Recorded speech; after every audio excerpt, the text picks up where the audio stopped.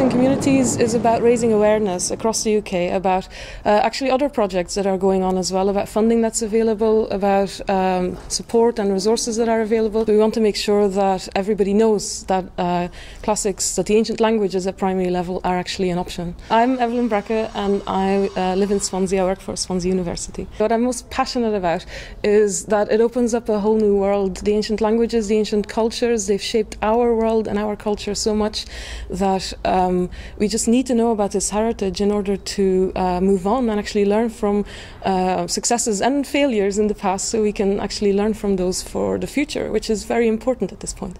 It's all about classics in communities. My slogan tends to be classics for the masses.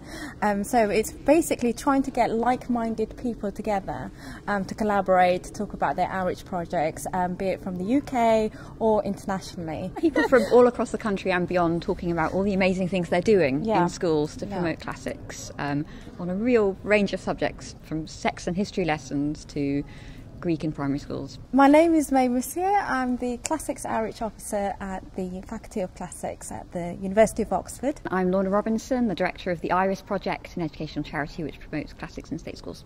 So our keynote speaker was Professor Edith Hall, and she came to talk about classics and class. The C word is something which, of course, we don't want. The class word is one we actually don't want associated with classics, but it's my view that if we don't look hard at our past, we don't understand precisely what Evelyn's talking about. Is these knee-jerk reactions are not new. The trouble is they're grounded in over 200 years of social perception. Now, the project Henry and I have got is actually very much in the past. We'll talk about this at the end with the website, because the research part is in the past, but we regard ourselves as both researching and trying to contribute to the new revival of classics for everybody, right? So it's historical research which will, I hope, mean that when people ask you what's the point in doing a dead language, isn't that just for people who go to Eton, etc., you can say, well, actually, no, the far more exciting classics was always done outside the universities.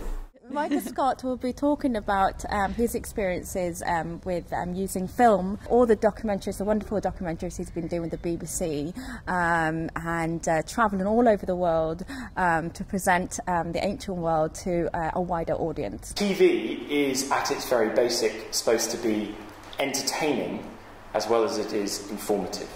And as a result, it has to work in a very different way and tell stories in a different way to that which books do, particularly books of a more academic nature, or indeed the way in which we teach in schools. I stand in awe of the job that you do, really, you know, at the cutting edge of making sure that classics has a future. I hope that the kind of dissemination work and engagement work with communities through the media that I do as part of my job as being an academic can help support these kinds of activities, these kinds of initiatives, these kinds of projects that are bringing classics, hopefully, not only to a wider generation and a wider number of schools in the UK now, but also keeping that process up for the future.